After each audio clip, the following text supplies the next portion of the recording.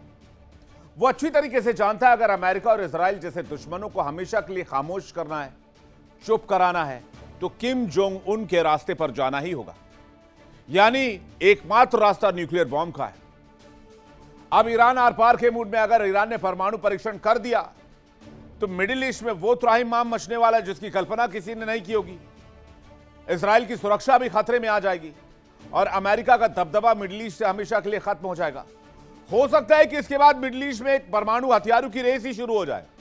फिर सऊदी भी खरीदेगा, कतर भी खरीदेगा, बहरीन भी खरीदेगा, यूएई भी खरीदेगा। फिर सबको परमाणु हथियार चाहिए होंगे अपनी अपनी सुरक्षा के लिए कि कहीं ईरान इन पर हमला ना कर दे। समझ रहे हैं अब क्या हो जाएगा। एक्सपर्ट मान रहे हैं कि ईरान अब सिर्फ एक ट्रिगर दबाने की दूरी पर है, यानी उसने यूरेनियम एनरिचमेंट भी 80% के करीब हासिल कर ली है। लेकिन दूसरी तरफ ट्रंप और उनकी टीम वो दूर से आग बुझाने की कोशिश कर रहे हैं। गीदड़ भभकी, धमकी, सैंक्शन, नेवल ब्लॉकेड। भाई बीरबल की खिचड़ी सुनी, आपकी कहानी सुनी कि नहीं आपने? वही हाल डोनाल्ड ट्रंप का है। आग जलाइए, यहां खिचड़ी का हांडी टांगा ऊपर, ना आग का खिचड़ी पर असर, ना खिचड़ी कभी पकने वाली। तो अब अमेरिका फिर से चेतावनी पर आ गया है। अमेरिका कह रहा है कि ईरान के न्यूक्लियर प्रोग्राम ठीक नहीं है। यूएस के ऊर्जा सचिव क्रिस राइट का बयान आया, ईरान का न्यूक्लियर प्रोग्राम खत्म कर देंगे, बातचीत और निरीक्षण के जरिए प्रोग्राम खत्म करेंगे, सैन्य ताकत से संभव हुआ तो वो भी इस्तेमाल करेंगे। तो मैं इन भाई साहब से, जिनका नाम क्रिस राइट है, इनसे पूछना चाहता हूं कि ताकत से संभव हुआ तो खत्म करेंगे, तो अभी तक अमेरिका पिछले 6 महीने से क्या इस्तेमाल कर रहा था? क्या माचिस की तीलियां जला रहा था, या फिर गैस स्टोव जला रहा था, या फिर अभी तक ताकत का ही इस्तेमाल हो रहा था? जाहिर है अमेरिका की धमकियां फेल हो चुकी हैं, प्रतिबंध बेअसर साबित हुए हैं, हमले बेअसर साबित हुए हैं, और ईरान की न्यूक्लियर लैब से आई तस्वीर गवाही दे रही है कि महाविनाश का काउंटडाउन शुरू हो चुका है। अब सवाल यह है कि क्या अमेरिका सिर्फ बयानों तक सीमित रहेगा, या वाकई ईरान के न्यूक्लियर हथियारों या फिर जो भी न्यूक्लियर प्रॉपर्टी है उसको खत्म करने के लिए बूट्स ऑन ग्राउंड करेगा? क्योंकि अमेरिका ने इजराइल को वादा किया है, इजराइल ने कसम खाई है कि हम ईरान को परमाणु हथियार हासिल नहीं करने देंगे। यानी घमासान तय। अब तक जो आपने देखा वो विशुद्ध ट्रेलर था, लिख कर ले लीजिए। बातचीत करने के लिए मेहमानों का एक बड़ा पैनल हमारे साथ जुड़ रहा है। ग्रुप कैप्टन तपेश चौधरी हमारे साथ जुड़ रहे हैं, रक्षा विषय के बहुत स्वागत है आपका।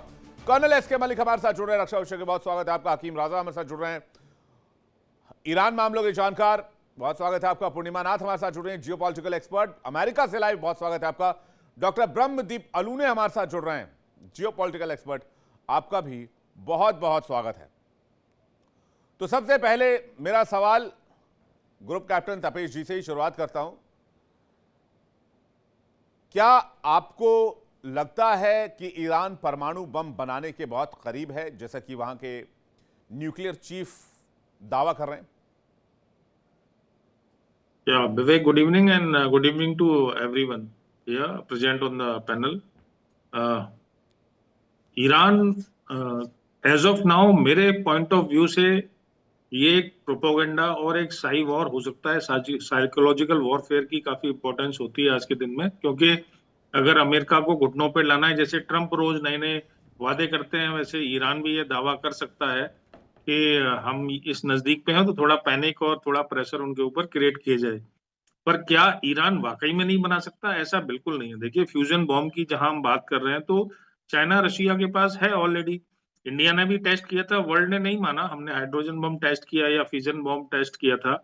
तो बट कंफर्म न्यूज के हिसाब से जो 5 सुपर पावर हैं, उनमें से चाइना रशिया के पास है, और दोनों ये चाहते हैं कि ईरान के पास ये बॉम्ब हो एक्चुअली। तो ये, और नॉर्थ कोरिया साथ में है उसके पास। जनरली कंफर्म रिपोर्ट के हिसाब से तो फिजन बॉम्ब भी है, फ्यूजन नहीं है। और फ्यूजन बॉम्ब की जो टेक्नोलॉजी है, फ्यूजन की जो टेक्नोलॉजी है, वो कॉमर्शियल यूज में नहीं होती, सिविल यूज में है। जनरली फिजन ही यूज होता है, क्योंकि फ्यूजन के लिए बहुत ज्यादा हाई टेम्परेचर और प्रेशर की जरूरत होती है, जो अर्थ पे मेंटेन करना उतना आसान नहीं है, तो कॉमर्शियली प्रॉब्ली वाइबल भी नहीं है। तो क्या ईरान को ये बनाना चाहिए? मैं बोलूंगा नहीं। क्या ईरान रख सकता है? मैं बोलूंगा हाँ। क्या एज ऑन डेट बना लिया है? मैं बोलूंगा नहीं।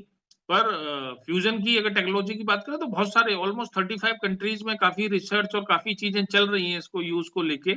लेकिन ये एज ऑफ नाउ साइवर या प्रोपोगेंडा है ईरान का, यूएस को और ज्यादा घुटनों पे लाने के लिए और प्रेशर डालने के लिए। विवेक जी, रजा, क्या ये प्रोपेगेंडा है, साइकोलॉजिकल वॉरफेयर है, या फिर ईरान के पास ऐसी ताकत है? जी नमस्कार जी। मेरे से ही है ना सवाल? बिल्कुल आपसे है जी। देखिए, इससे पहले भी जब तक सुप्रीम लीडर जिंदा थे, उन्होंने साफ तौर पर क्लियर कर दिया कि हम जब चाहे बना सकते हैं। चूंकि हम लोग नहीं चाहते, इंसानियत के खिलाफ है, इसलिए हम नहीं बना रहे हैं। ये इन्होंने पहले ही बनाया था। हमारे पास पूरी कैपेसिटी है, कैपेबिलिटी है हमारे पास, हम चाहे जब चाहे हम बना सकते हैं। तो ये कोई नई बात नहीं है। ईरान जो बोल रहा है कि हम बनाए हैं, ये कोई नई बात नहीं है। ये जब चाहे ये पूरी तरह टेक्नोलॉजी हासिल कर सकते हैं, कर चुके हैं। इससे पहले भी कई बार पार्लियामेंट में भी आ चुका था, मजलिस वहां पर बोलते हैं ना, पार्लियामेंट में अक्सरियत की राय यही है कि हम लोग अभी बना देना चाहिए। अब तक हम लोग नहीं चाहते थे, चूंकि हमारी पूरी एग्जिस्टेंस पे खतरा है। क्योंकि अमेरिका ने जो जिस तरीके से पहली बार आया, जो हुआ आप सबके सामने हुआ है, क्या आया, हमला किया, जो नहीं चाहता था। स्टेट ऑफ हॉर्मुज़ खुला था, पूरी दुनिया को संकट में डाल दिया अमेरिका ने आके हमला करके। उसके बाद जब एमओयू में साइन करके जब खुला था, तो उसके बाद भी फिर वापस हमला करके फिर संकट में डाल दिया। अभी जाके पूरी तरह इतनी ज्यादा दादागिरी कर दिया है कि दूसरे कंट्रीज के ऊपर अभी कोशिश कर रहा है। तो इसमें इस तरह के देखते हुए मुझे लगता है कि अभी वो चाहते हैं कि हम लोग टेक्नोलॉजी पूरी तरह हासिल कर चुके हैं। कुछ पॉसिबिलिटीज हैं, कभी भी टेस्ट करें, मगर बनाएंगे नहीं अभी। ये मुझे नहीं लगता कि वो बनाएंगे। बस अमेरिका जैसे चाह रहा है ना, बता रहा है ना, मैं वो कर दूंगा।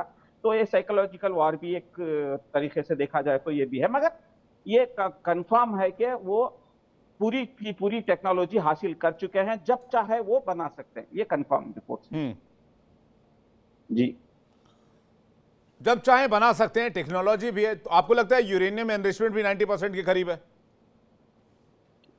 पॉसिबिलिटीज हैं। उन्होंने तो बता दिया हमारे पास सलाहियत है, हम बना के बता दिए, मगर न्यूक्लियर पे हम नहीं जाएंगे। हमारे पास सलाहियत जो है वो बता चुके हैं। इससे पहले सुप्रीम लीडर भी बताए थे, इन्होंने भी बता दिया है। और हाँ, इसमें थोड़े जो एमपीस मजलिस में, जो पार्लियामेंट में जो है ना, वहां पर क्या है कि नहीं, हम बना देना चाहिए। चूंकि अमेरिका को और दूसरी न्यूक्लियर, चूंकि जो बातचीत में जो दादागिरी कर रहा है अमेरिका की दादागिरी को खत्म करने के लिए इसमें कोई यूज करने का वगैरह देख लीजिए। इससे पहले यूज किया है, सिर्फ अमेरिका यूज किया, कोई दूसरा कंट्री यूज नहीं किया है। और वो रख सकता है, दूसरे कंट्रीज जो मिडिल ईस्ट में इसराइल रख सकता है, तो ये क्यों नहीं रख सकता, हम क्यों नहीं रख सकते बोल के अक्सरियत की राय यही है। मगर उन्होंने अक्सरियत की राय यह है कि IRGC में बनाने के बाद भी यूज नहीं कर सकते। जिस चीज को यूज नहीं कर सकते वो बना के क्या फायदा। बस यही एक है कि हम लोगों में कैपेसिटी है, कैपेबिलिटी है और हमारे पास सलाहियत है। ये आपने बड़ा इंपॉर्टेंट कहा। मैं मलिक साहब के पास जाता हूं कि भाई क्यों नहीं बना सकते। मलिक सर, एक तो ये खबर कि ये जो टेस्टिंग का विजुअल जारी किया ईरानी मीडिया ने, ईरानी मीडिया को बाकायदा बुलाकर, और दूसरा क्यों नहीं रख सकते? विवेक जी, सभी को पैनलिस्ट का मेरा नमस्कार। देखिए, ये तो अगर आप आइडियली बात करें और इसको पूरे वर्ल्ड लेवल पे बात करें, क्यों नहीं रख सकती है। हर कंट्री को अधिकार है अपने देश को सुरक्षा देने का और एनर्जी प्राप्त करने का। बात सारी आती है इंटेंशन के ऊपर। इंटेंशन आपकी पता चलती है आपके पास रिकॉर्ड से, आपकी जियो पॉलिटिक्स में आपके क्या स्टेटमेंट्स रहे, आपने कैसे उसको अपनी राजनीति को खेला है। कहानी ये होती है कि देखिए, भारत के ऊपर भी सैंक्शन लगे हैं। न्यूक्लियर जो फैसिलिटीज है, मैं इसको दो भागों में तोड़ता हूं। एक तो फिशन है, एक फ्यूजन है। देखिए, जब फ्यूजन की बात आई है, जितनी न्यूज में सुन रहे हैं, मुझे नहीं लगता इसमें कोई दम है, क्योंकि फ्यूजन की टेक्नोलॉजी का आजकल महारत कोई कंट्री नहीं कर पाया आज तक। क्योंकि इसके लिए जो कंडीशंस चाहिए होती हैं इसके कैरी आउट करने के लिए, वो मिलियंस ऑफ डिग्री सेंटीग्रेड का टेम्परेचर चाहिए होता है, प्रेशर बहुत हाई चाहिए होता है। और इसको आज तक मेरे ख्याल से 2022 में एक एक्सपेरिमेंट हुआ था अमेरिका के अंदर, शायद कोई नेशनल लेबोरेटरी लॉरेंस करके, वहां पे उन्होंने बहुत मिली सेकेंड के लिए जितनी इनपुट एनर्जी थी उससे आउटपुट एनर्जी लिटरली बराबर हुई थी, लेकिन वो सक्सेस उसके बाद कोई आज तक नहीं कर पाया पूरे वर्ल्ड के अंदर फ्यूजन के ऊपर। ये फ्यूजन तो वही टेक्नोलॉजी होती है ना, जो प्रोसेस जो न्यूक्लियर फ्यूजन चलता है सूरज के अंदर, तारों के अंदर। इस टेक्नोलॉजी को करने के लिए तो बहुत ज्यादा अभी वक्त लगेगा, क्योंकि इसके जो पैरामीटर्स है, कंडीशन है, वो इतनी ज्यादा साइंटिफिकली इतनी अनकंट्रोल्ड है जमीन के ऊपर कि उनको अभी तक सोचा, एक कंसेप्चुअली है, प्रैक्टिकल हो रहे हैं, प्रैक्टिकल करने के मतलब एक्सपेरिमेंट करने के प्रयास हो रहे हैं, बट टेक्नोलॉजी को अभी तक इसको कंट्रोल नहीं किया जा सका है। दूसरी बात है फिशन पे।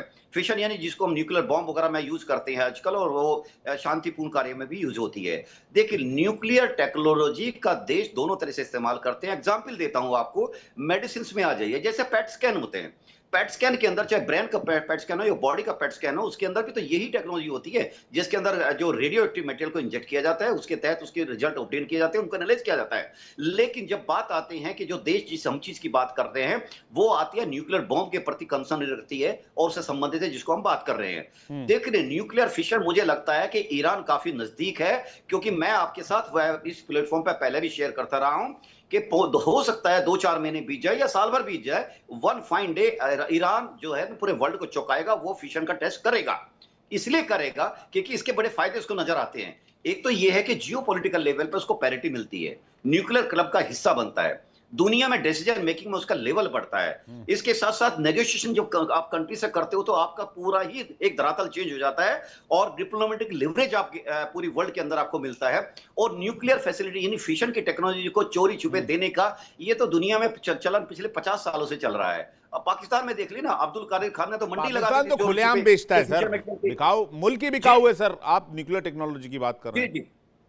जी जी, तो मैं यही कहना चाहता हूं कि पूरे पाकिस्तान को, Malik sir with due respect आपको बीच में रोक रहा हूं, वहां की आर्मी सेल पर है, वहां के आर्म एम्युनिशन सेल पर है, वहां के न्यूक्लियर हथियार सेल पर है।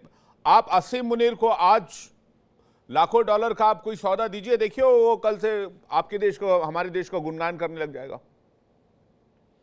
बिल्कुल आपने विवेक जी ठीक कहा, ये एक बिकाऊ कंट्री है जिसके हर एसेट की कीमत है। वहां अब्दुल कादिर खान की भी कीमत है, रेडिएक्टिव मटेरियल की भी कीमत है, जो कि वो चोरी छिपे लाता है। किससे? चीन से, नॉर्थ कोरिया से ले आता है। और नॉर्थ कोरिया से उसने ये बहुत ज्यादा हाईली संदेशपाद है कि नॉर्थ कोरिया को उसने मिसाइल टेक्नोलॉजी जो उसने चीन से ली और चीन से लेके खरीद के बेच दी नॉर्थ कोरिया को, और उसके बदले उसने कुछ रिंग्स जरूर उसमें मैग्नेटिक रिंग्स प्राप्त किए नॉर्थ कोरिया से। ऐसी विश्वस्त खबरें पहले से ही है, जब से 1990 में शंघाई हिल्स में उसने टेस्ट किया था। और इस टेस्ट के अंदर उसका खैर बहुत सारे कंट्रीज ने साथ दिया, क्योंकि भारत के खिलाफ एक लिवरेज तैयार करना था जियोपॉलिटिक्स लेवल पे। फिजाइल मटेरियल जो होता है कि पूरा वर्ल्ड कंट्री कंट्रोल करता है।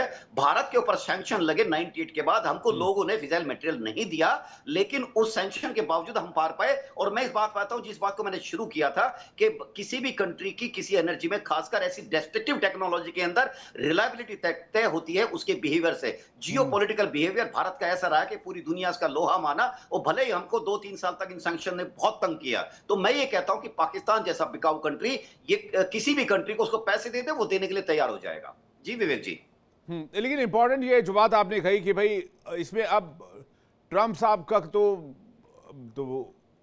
खाया पिया कुछ नहीं, ग्लास थोड़ा बाहर आने वाली सिचुएशन हो गया कि एक तो कोई भी टारगेट अचीव नहीं हुआ, उस पर से ईरानी मीडिया ने विजुअल जारी कर दिया। विजुअल तो एक तरह से खुलेआम डोनाल्ड ट्रंप को चैलेंज है कि कुछ कर सकते हो तो कर लो, अगर तुम्हारी कुछ हैसियत है आकर इस इलाके में करने की, वरना ईरानी मीडिया को बुलाकर बाकायदा इस तरह के एक्सपेरिमेंट को टीवी पर दिखाने का क्या मतलब है? ये तो सीधा सीधा चैलेंज है अमेरिका को। और दूसरा, अमेरिका क्या कर रहा है? अमेरिका बीरबल की खिचड़ी पका रहा है, आग लगाई नीचे और हड़िया टांगा 50 फीट ऊपर, ना वो खिचड़ी पकेगी और आग भी बुझ जाएगी। तो मैं पूर्णिमा जी से समझना चाहूंगा, क्या हासिल हुआ पूर्णिमा जी डोनाल्ड ट्रंप को? और ईरान के इस वीडियो का ट्रंप साहब क्या जवाब देंगे? बॉम्बिंग से जवाब देंगे, कूटनीति से देंगे, या क्या रवैया अख्तियार करेंगे?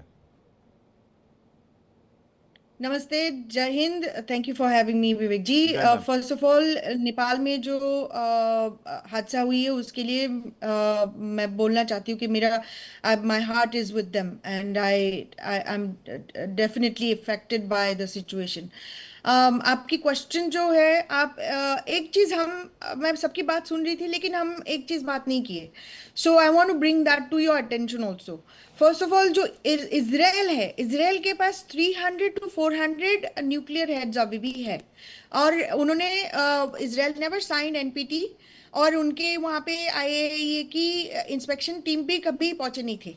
तो ये बात को कोई कर नहीं रहे, इजराइल के पास तो ऑलरेडी है। तो अभी जो सिचुएशन गंभीर हो चुकी है फरवरी से ईरान के ऊपर, अभी धमकी के ऊपर धमकियां आ रही है कि वहाँ पे D-Day होगी, वहाँ पे ऑपरेशन आउटकास्ट होने वाला है, ग्लोबल सिस्टम से ईरान को निकाल देंगे। ऑल दिस काइंड ऑफ धमकियां is coming from Scott Bessent and president Trump and etcetera. अभी जो सिचुएशन है बूट्स ऑन द ग्राउंड तो मुझे दिख रहा है, but this is not going to happen right away, mid term के बाद होगा अगर होगा तो, लेकिन बूट्स ऑन द ग्राउंड के बिना ईरान को हरा भी नहीं सकते। देखिए इंडिया डेली 24/7 अब आपकी स्मार्ट टीवी पर। इंडिया डेली मौजूद है सभी डिजिटल प्लेटफॉर्म पर लाइव और लगातार। इंडिया डेली 24/7 हर दिन राष्ट्र को समर्पित।